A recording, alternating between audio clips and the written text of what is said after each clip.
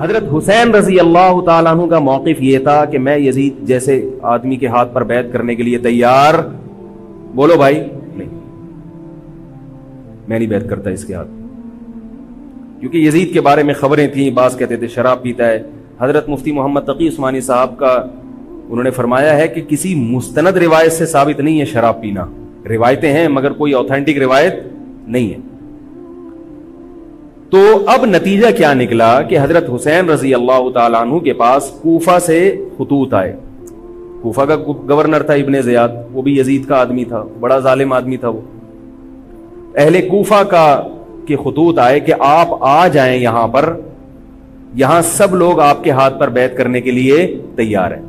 حضرت حسین کا خیال یہ تھا کہ اگر یہ سب تیار ہیں تو یزید کی حکومت بغیر لڑائی کے، بغیر بڑے قتال کے، مسلمانوں کے خون خرابے کے بغیر ختم ہو سکتی ہے۔ آئی بات سمجھ میں؟ جو انفارمیشن آپ کو ملی تھی، جو نالج آپ کو ملی تھی، وہ نالج غلط تھی۔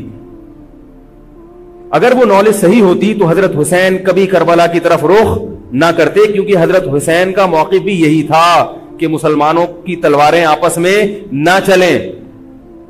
حضرت حسین رضی اللہ تعالیٰ عنہ کے پاس جب 50 سے زیادہ خطوط آئے ہیں اہل کوفہ کی طرف سے کہ آپ آئیے، آپ آئیے، آپ آئیے، تو پہلے حضرت حسین رضی اللہ تعالیٰ عنہ نے اپنے رشتہ دار جو آپ کے چچزاد تھے مسلم بن عقیل، ان کو بھیجا۔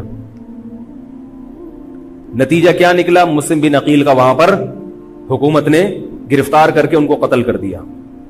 اب یہ ایک ایسا ظلم تھا جس کے ظاہر ہے کہ کسی کو سفیر بنا کے بھیجا جائے، کسی کو حال احوال دیکھنے کے لیے بھیجا جائے، اور حضرت حسین کی نیت ہرگز بغاوت کی نہیں تھی، مگر کوفہ کے گورنر کو اور یزید کو یہ خیال تھا کہ خلافت کے اصل اہل یقیناً یہی ہیں، کہیں ایسا تو نہیں ہے کہ یہ امیر بننا چاہتے ہیں، یہ خلیفہ بننا چاہتے ہیں۔ ایک خوف اس کے دل میں بیٹھ گیا تھا، ایک لاشعور میں خوف ہوتا ہے نا، انسان کے دل میں بیٹھ جاتا ہے کہ آپ 100 دفعہ بھی کہیں بھی میری یہ نیت نہیں ہے، مگر وہ ڈر رہا ہوتا ہے کہ یار یہ کچھ کر نہ لیں۔ تو جب مسلم بن عقیل کو شہید کیا گیا، حضرت حسین رضی اللہ تعالیٰ عنہ جا چکے تھے۔ جب حضرت حسین رضی اللہ تعالیٰ عنہ کوفہ کی طرف جا رہے تھے، بہت سارے صحابہ نے آپ کو منع کیا، جن میں عبداللہ ابن عمر رضی اللہ تعالیٰ عنہ بھی تھے، عبداللہ ابن عباس رضی اللہ تعالیٰ عنہ بھی، کہ آپ یہ کام نہ کریں۔ بعض نے تو کہا کہ ہمیں آپ کی شہادت کا یقین ہے، کیونکہ جس حالات میں آپ جا رہے ہیں حکومت یہ سمجھے گی کہ بغاوت کرنے آ رہے ہیں، لہذا وہ آپ کو کیا کرے گی؟ اس بیس پہ قتل نہیں کرے گی کہ آپ نواسہ رسول ہیں، کیونکہ وہ بھی مسلمان تھے، اس بیس پہ قتل کرے گی کہ آپ کی نیت کیا ہے؟ حکومت کے خلاف بغاوت۔ تو ان کے پاس ایک اپنے آپ کو برحق ثابت کرنے کے لیے ایک دلیل ہوگی کہ حکومت کا باغی جو بھی ہو اسے کیا کر دو؟ قتل۔ رسول اللہ صلی اللہ علیہ وسلم نے فرمایا، صحیح حدیث ہے، کہ جب مسلمان کسی ایک امیر پہ جمع ہو جائیں تو اس کے خلاف جو بھی اٹھے، نبی نے فرمایا اس کو قتل کر دو، کائنم من کان، چاہے وہ اس کے خلاف اٹھنے والا کتنا ہی نیک کیوں نہ ہو۔ یہ حدیث کے الفاظ ہیں۔ حضرت حسین کا موقف یہ تھا کہ میں نے ابھی تک یزید کی خلافت اور حکومت کو تسلیم نہیں کیا، لہذا میں اس وعید میں داخل نہیں ہوں۔ اب ہوا یہ کہ حضرت حسین رضی اللہ تعالی عنہ جب گئے ہیں اور کربلا کے مقام پہ پہنچے ہیں، تو وہاں آپ رضی اللہ تعالی عنہ کو مسلم بن عقیل کی شہادت کا بھی پتہ چلا، اور اندازہ ہوا، میں بہت شارٹ کر کے سنا رہا ہوں، اندازہ ہوا کہ حالات ایسے نہیں ہیں جیسے میں سمجھ رہا تھا۔ عبید اللہ جو ابن زیاد تھا بدبخت، اس نے حضرت حسین کو یہ کہا کہ بغیر کسی شرط کے حضرت حسین کو گرفتار کر کے لاؤ اور میرے ہاتھ پر بیعت کراؤ۔ یہ رسول اللہ صلی اللہ علیہ وسلم کے نواسے کی توہین تھی کہ آپ صلی اللہ علیہ وسلم کے نواسے ہیں اور ان کے ساتھ ایسے معاملہ کیا جائے جیسے ایک عام شخص کے ساتھ معاملہ کرتے ہیں، ان کو گرفتار کر کے معاذ اللہ گھسیٹ کے لاؤ اور میرے ہاتھ پر بیعت پر کیا کرو، ان کو مجبور کرو۔ حضرت حسین رضی اللہ تعالیٰ عنہ کا کربلا کے میدان میں موقف یہ تھا کہ میں اگر بیعت ہوں گا تو ڈائریکٹ یزید کے ہاتھ پہ بیعت ہوں گا جو مسلمانوں کا خلیفہ ہے، ابن زیاد کے ہاتھ پر بیعت نہیں ہوں گا۔ یہ بھی اس تاریخ کا ایک اہم پہلو ہے کہ حضرت حسین نے کوفہ جانے کا ارادہ ترک کر دیا اور کربلا سے شام جانے کا آپ رضی اللہ تعالیٰ عنہ نے ارادہ کر لیا. اور بعض مورخین نے لکھا ہے کہ حضرت حسین جو واپس آ رہے تھے تو وہ کربلا سے گزر رہے تھے, وہ واپسی کا راستہ ہی شام کا راستہ ہے. نہیں یاری بات میرا خیال ہے سمجھ, وہ جس ٹریک پر چل رہے تھے وہ راستہ کون سا ہے, وہ شام کو جاتا ہے. یہ اس کی علامت ہے کہ آپ یزید سے ملاقات کے لیے, مذاکرات کے لیے تیار, بولو بھائی, ہو چکے تھے. کہ میں خود براہ راست یزید سے مل کے حال احوال دیکھتا ہوں, اگر مجھے سمجھ میں آئے تو میں اس کے ہاتھ میں بیعت ہو جاؤں گا. حضرت حسین رضی اللہ تعالی عنہ کا مقصد حکومت کے خلاف تلوار اٹھانا, بولو بھائی, نہیں تھا, ورنہ وہ اس کے لیے تیار نہ ہوتے. مگر جو ابن زیاد تھا اس نے حضرت حسین رضی اللہ تعالی عنہ اور آپ کے ساتھ جتنے اہل بیت تھے ان پر ظلم یہ کیا اس بدبخت نے کہ اس نے انہیں شام جانے کا راستہ نہیں دیا, اور اس میں اپنی توہین محسوس کی کہ میرے ہاتھ پر بیعت کیوں نہیں ہو رہے, اور لشکر بھیجا جس لشکر نے چاروں طرف سے حضرت حسین رضی اللہ تعالیٰ عنہ کو گھیرا. حضرت حسین نے کہا کہ میں عزت کی جو موت ہے اس کو ذلت کی زندگی پر ترجیح دیتا ہوں. کوئی بھی غیرت مند ہوتا تو اس وقت یہی کرتا کہ بھئی جب میں اپنے دعوے سے بھی دستبردار ہو گیا اور میں شام جانے کے لیے بھی تیار ہو گیا, اب میرا راستہ روکنے کی کیا حقیقت ہے. اللہ تعالی کوفہ کے گورنر کے ذریعے حضرت حسین کا قتل کروانا چاہتے تھے تاکہ اس کی بدبختی ساری دنیا کے سامنے ظاہر ہو جائے. اگر حضرت حسین پھر بھی تلوار چلاتے, پھر بھی لڑتے, تو حضرت حسین پر یہ الزام لگایا جا سکتا تھا کہ معاذ اللہ آپ باغیوں میں ہیں. تو اللہ تعالیٰ نے اپنے نبی کے نواسے کو اس الزام سے محفوظ رکھا اور آپ نے لڑائی کا ارادہ ترک کر دیا. حضرت حسین نے کربلا کے میدان میں جو لڑائی لڑی ہے وہ اقدامی لڑائی نہیں تھی, وہ دفاعی لڑائی تھی. دیکھو جب حکومت آپ کو گھیر لے چاروں طرف سے, آپ کہیں ٹھیک ہے بھائی میں لڑائی سے دستبردار ہوتا ہوں, مجھے میرے گھر جانے دو. حضرت حسین کا ایک مطالبہ یہ بھی تھا کہ یا تو مجھے واپس جانے دو مدینہ, میں جہاں سے آیا ہوں وہیں جا رہا ہوں واپس, مکہ جانے دو یا مدینہ جانے دو. ان کا ایک مطالبہ تھا کہ نہیں, ان کو گرفتار کر کے لاؤ اور زبردستی ہمارے ہاتھ پر بیعت کراؤ. یہ ظلم تھا. نتیجہ کیا نکلا ہے کہ کربلا کے میدان میں آپ کو گھیر کر آپ کو بھی شہید کر دیا گیا, اور جتنے اہل بیت تھے مرد سوائے امام زین العابدین کے جو حضرت حسین رضی اللہ, حضرت حسن کے بیٹے تھے, ان کے علاوہ جتنے بھی اہل بیت تھے ان سب کو قتل کر دیا گیا. اور یہ اسلامی تاریخ پر ایک بدنما داغ ہے یہ واقعہ کہ ایک اسلامی حکومت تھی اور اس کے اسلامی حکمران تھے, اور ان حکمرانوں کے ہاتھوں محمد صلی اللہ علیہ وسلم کے نواسے کا سر جو ہے وہ گردن اڑائی گئی ہے. مجھ سے خدا کی قسم یہ الفاظ ادا نہیں ہو رہے, میں اپنے جذبات پہ بہت زیادہ کنٹرول کر رہا ہوں. وہ منظر کیا ہوگا کہ جب نبی صلی اللہ علیہ وسلم کے نواسے, آپ صلی اللہ علیہ وسلم کے نواسے کی گردن اڑائی گئی ہوگی. تو یہ بہت ایک اسلامی تاریخ میں ایک بدترین واقعہ ہے. لیکن بات یہ ہے کہ جب یہ واقعہ ہو گیا اور قتل کر دیا گیا, باقی جتنے بھی جو زندہ بچے تھے اہل بیت وہ یزید کے پاس لے جائے گئے. روایات میں آتا ہے کہ یزید نے ان کا اکرام کیا اور ان کو عزت کے ساتھ تحفے تحائف دے کر واپس کیا. یہ جو کربلا کے واقعات میں جو ظلم کی داستانیں اضافی بیان کی جاتی ہیں, اس کا مستند تاریخی روایات سے کوئی ثبوت, بولو بھائی, نہیں ملتا. اب لوگوں نے اپنی دکانیں چمکا لی ہیں, پانی نہیں تھا, کئی دنوں سے کھانا نہیں ملا. صحیح روایات سے ثابت ہے کہ حضرت حسین رضی اللہ تعالیٰ عنہ کربلا کے میدان میں وضو کر کے نماز پڑھتے تھے, تو پانی تھا تو. اور بعض نے یہ کہا کہ اہل بیت کی عورتوں کی عزتیں اچھالی گئی ہیں. آپ اس طرح کی باتیں کر کے اہل بیت سے محبت کا اظہار کر رہے ہو یا ان کی توہین کر رہے ہو؟ بولو بھائی. اگر کوئی عزت دار پاک دامن عورت ہو, بالفرض اس کی عزت پہ ڈاکہ ڈلتا ہے, بالفرض, تو آپ اس بات کو چھپاؤ گے نا, آپ جھوٹ بولو گے, بولو گے نہیں بھائی اس کی عزت پہ کوئی آنچ نہیں آئی ہے. کیونکہ جب عورت کی عزت کو آپ کوئی تار تار کر دے اور آپ ممبر پہ بیٹھ کے اس کو بتا دو, تو وہ عزت تار تار ہونے سے اتنی بے عزتی نہیں ہوگی جتنی اس بات کو بیان کرنے سے اس کی بے عزتی ہوگی. حقیقت یہ ہے کہ کسی مستند روایت سے ثابت نہیں ہے کہ اہل بیت کی عورتوں کی عزتوں کو اچھالا گیا. وہ نبی کے گھرانے کی عورتیں تھیں, ان کا ناخن بھی کوئی نامحرم مرد نہیں دیکھ پاتا تھا. دوپٹہ اتر گیا زینب کا اور زینب کی چادر چھن گئی. یہ سب غلط ہے, یہ سب من گھڑت باتیں ہیں. چونکہ وہ بہرحال مسلمان تھے جو حضرت حسین کے خلاف لڑ رہے تھے, ظالم تھے, اس میں کوئی شک نہیں ہے. اس سے بڑا ظلم اس کائنات میں ہوا نہیں ہوگا کہ ایک شخص جو اپنے آپ کو مسلمان کہتا ہے اور وہ نبی کے نواسے کو قتل کر دے اور اہل بیت کو قتل کر دے. اسلامی سیاست میں اتنی گندی تاریخ ہمیں کبھی بھی نہیں ملتی. حضرت عثمان کا بھی قتل ہوا, وہ بھی بہت بڑا ظلم تھا, مگر یہ ظلم اس ظلم کی نوعیت سے بڑھ کر تھا, کیونکہ حضرت عثمان کا قتل حکومت کے ہاتھوں نہیں ہوا ہے, باغیوں کے ہاتھوں ہوا ہے. یہاں حضرت حسین کا قتل کس کے ہاتھوں ہوا ہے؟ حکومت کے ہاتھوں ہوا ہے, جس پر لوگ بیعت کر چکے تھے. تو یہ اسلامی تاریخ میں ایک بہت بڑا بدنما داغ ہے, مگر اس کو بیان جس انداز سے کیا جاتا ہے اور جتنے قصے کہانیاں من گھڑت سنائے جاتے ہیں ان کا حقیقت سے تعلق نہیں ہے. ہماری نظر میں چاہے پانی بند کیا ہو یا نہیں کیا ہو, کھانا ملا ہو یا نہیں ملا ہو, ہماری نظر میں حضرت حسین رضی اللہ تعالی عنہ کا سر قلم کر دینا ہی کائنات کا بدترین ظلم ہے. یہی ایسا ظلم ہے کہ جس پر جتنا غم کیا جائے کم ہے. غم منایا نہیں, غم کیا جائے. منانا الگ چیز ہے, غمزدہ ہونا الگ چیز ہے.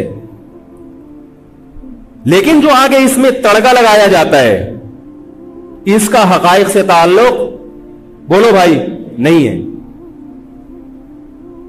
یہ دکانیں ہیں جو چمکائی, اس میں سب برابر ہیں, شیعہ بھی سنی بھی. بہت سارے سنی علماء بھی کربلا کے واقعے کو بہت ہی بھیانک انداز سے بیان کرتے ہیں, اور مقصد کیا ہوتا ہے؟ پبلک کو رلانا.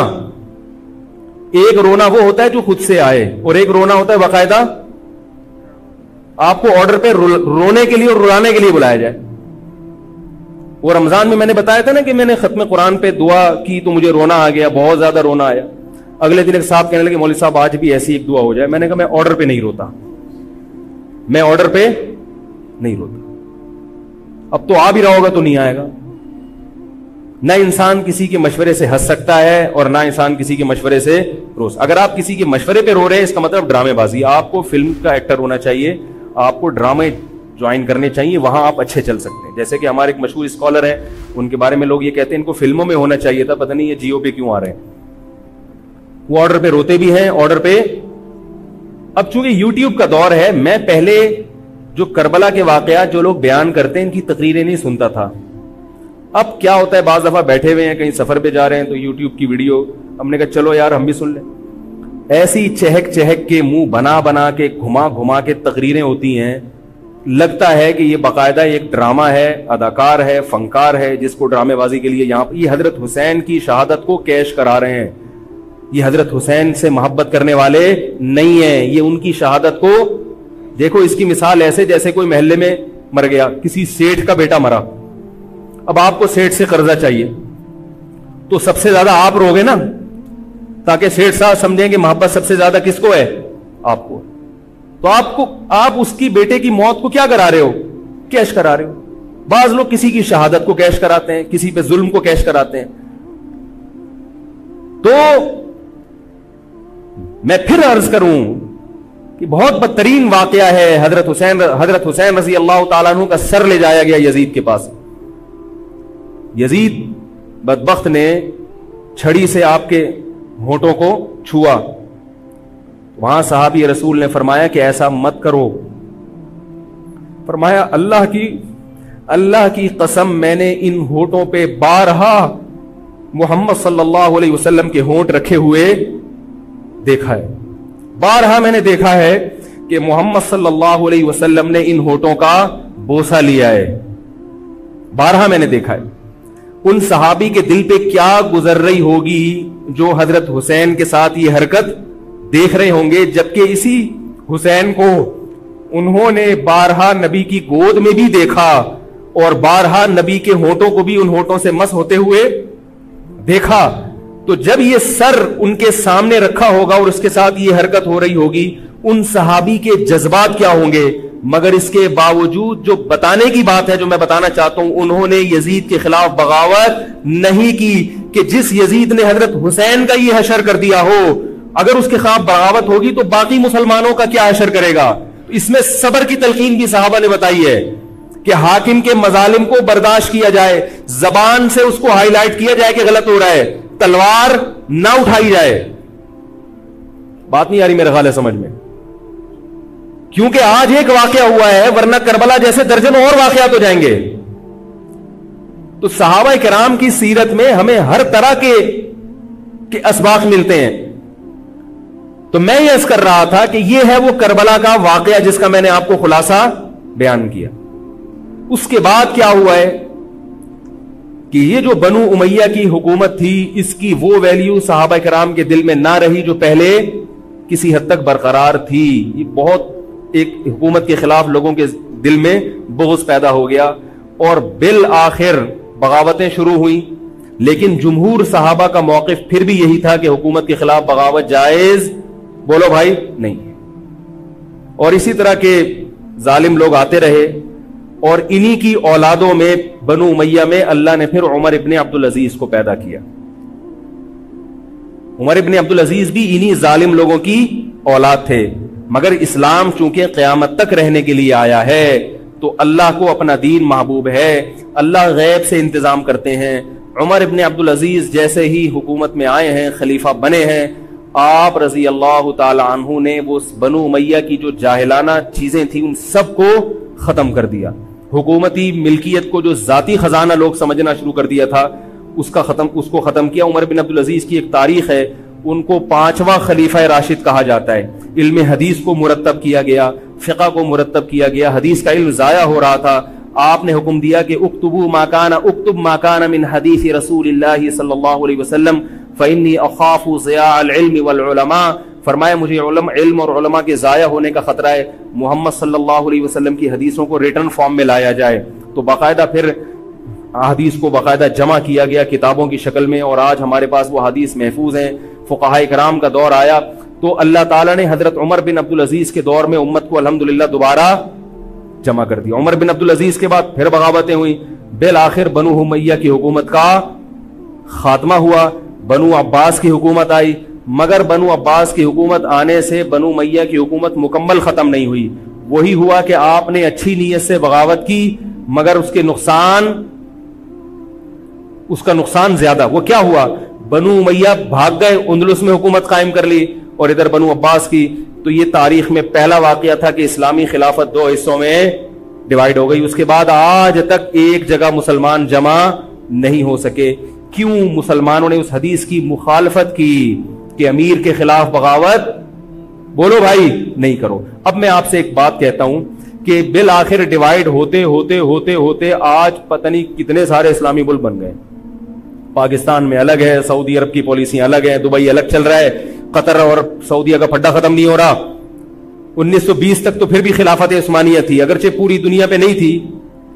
ہندوستان میں الگ حکومت تھی, خلافت عثمانیہ الگ تھی, اندلس میں الگ حکومت تھی, مگر پھر بھی مسلمانوں کی 3-4 بڑی بڑی حکومتیں تھیں جو ایک اور کسی حد تک ان میں اتحاد تھا. 1920 میں وہ بھی ختم, اور اتنے سارے ممالک وجود میں آ گئے, سب کی الگ الگ پالیسیاں ہیں. اب جو آدمی خلافت کے نام پہ جہاد کی بات کرتا ہے وہ لوگوں کو ایک امیر پہ جمع نہیں کرے گا. جتنے ملک بن چکے ہیں نا, ان کو مزید توڑ کے, اگر یہ 20 ہیں تو 40 بنا دے گا ان کو. بہت مشکل ہے سمجھانا بھائی. اب اگر کوئی کہتا ہے نا ظالم حاکم کے خلاف تحریک چلاؤ, آؤ ہمارے ساتھ مسلح بغاوت میں شامل ہو, ہم حکومت کے خلاف تلوار اٹھائیں گے, تو نتیجہ کیا نکلے گا؟ یہ سارے مل کے ایک امیر نہیں بن جائیں گے. یہ اگر 20 ہے نا تو کتنے ہو جائیں گے؟ بولو بھائی 40. جیسے جو جماعت المسلمین بنی نا کہ 4 فقہ ہیں, حنفی, شافعی, مالکی, حنبلی, ہم نہیں مانتے, تو سب کو ختم کرو, ایک بناؤ. تو اس ایک بننے سے یہ ختم نہیں ہوئے, بلکہ 4 کے بعد کتنے آ گئے؟ 5 ہو گئے. نہیں آ رہی بات میرا خیال؟ آ رہی ہے الحمدللہ. اور بھی جو بھی اس کی باتیں کر رہے ہیں نا امت کو اتحاد کے لیے, آ جاؤ میرے پاس آ جاؤ, تو وہ 6واں بنا رہا ہے, 7واں بنا رہا ہے, پھر 8واں بنا رہا ہے, ایسے بنتے چلے جا رہے ہیں. او بھائی جو ہے وہاں بریک لگا دو, اللہ کا واسطہ روک دو ان کو, کوئی بات نہیں, 4 ہیں, جو جس کو فالو کرے ٹھیک ہے, کچھ نہیں ہوتا اس سے, ہمیشہ سے چلے آ رہے ہیں. تو اب اگر ایک خلیفہ نہیں ہے, ہونا تو چاہیے ایک ہی خلیفہ, نہیں ہے تو جو ہے اسی پہ گزارا کرو, ورنہ اس سے بھی جاؤ گے, تمہاری کوئی مضبوط طاقت اور قوت ہوگی نہیں. کافر جب چاہے گا تمہیں ٹیشو پیپر کی طرح استعمال کر کے پھینک دے گا. تو کربلا کے واقعہ سے ہمیں کیا سبق ملتا ہے علامہ ابن تیمیہ رحمہ تعالی فرماتے ہیں کہ جمہور صحابہ کی جو رائے تھی، حضرت حسین رضی اللہ تعالیٰ عنہ کی بھی اپنی ایک رائے تھی، مگر ابن تیمیہ رحمہ اللہ فرماتے ہیں کہ اگر حضرت حسین رضی اللہ تعالیٰ عنہ کربلا کی طرف خروج نہ کرتے تو ابن تیمیہ کی رائے یہ ہے کہ یہ زیادہ بہتر تھا. اب آپ کہیں گے کہ صحابی رسول کی رائے سے اختلاف کر رہے ہیں، نہ وہ کہہ رہے ہیں وہ جو جمہور صحابہ تھے جو حضرت حسین کو منع کر رہے تھے وہ بھی تو صحابہ تھے. حضرت حسن بھی تو صحابی تھے. حضرت حسن نے حضرت معاویہ کے خلاف لڑائی نہیں لڑی. تو صحابہ کی دو رائے تھی، جمہور ایک طرف تھے. تو فرماتے ہیں اگر یہ نہ ہوتا تو زیادہ بہتر تھا. لیکن حضرت حسین رضی اللہ تعالی عنہ کے بارے میں ہمارا موقف یہ ہے کہ وہ یہ سب کچھ اس وقت کے جو حالات تھے اس میں کوئی بھی ہوتا اور غیرت مند ہوتا تو وہ یہ کرنے پر مجبور تھا. اور اس میں دھوکہ کس نے دیا حضرت حسین کو؟ اہل کوفہ نے، جس کا حضرت حسین کو علم نہیں ہو سکتا.